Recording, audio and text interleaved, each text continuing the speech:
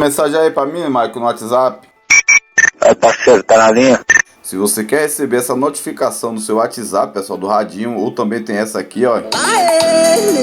Eu vou deixar o link na descrição. E como é que você vai fazer? Basta você estar clicando no link, que vai ser direcionado ao blog. E aqui no caso, a notificação do radinho, você vai descer, ó, pessoal, e vai clicar, ó, nesse botão aqui de download.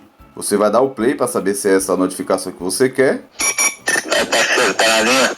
Vai clicar aqui nesse botão acima de fazer o download. Vai escolher onde vai ser baixado, deixa aqui mesmo na pasta de download. Pronto, foi feito o download, galera. Agora você vai entrar no seu celular, nas pastas, né, de arquivos. O meu aqui é meus arquivos, o seu pode ser paste, file.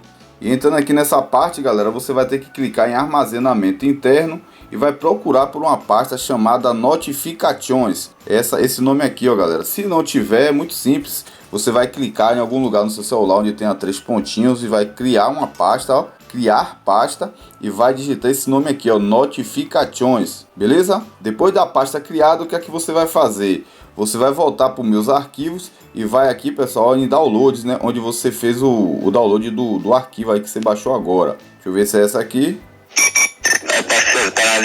Pronto, essa aqui. Como é que eu faço agora? Eu vou segurar o dedo em cima dela, vou clicar nos 3 pontinhos, vou colocar em mover para armazenamento interno. E em armazenamento interno você vai colocar na pasta notificações. Pronto, clica em OK, mas eu já tenho aqui, galera, ó, ficou 2, beleza?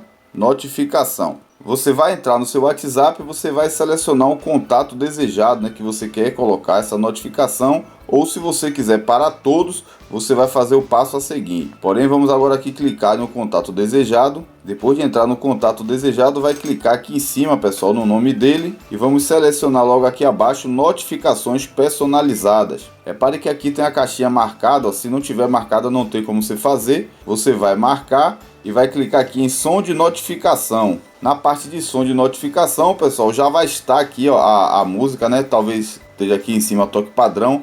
Você vai ter que procurar pelo nome, né, que você baixou. No caso é notificação, radinho, aí parceiro tá na linha. Deixa eu ver se é essa aqui. Aí, parceiro, tá na linha? Pronto, essa aqui mesmo, deixa lá, voltou, galera, ó. Manda mensagem aí, Maico.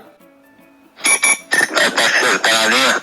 E se você quiser colocar para todos, é muito simples. Basta entrar na parte superior direita, 3 pontinhos, vamos em configurações. E em configurações vamos em notificações.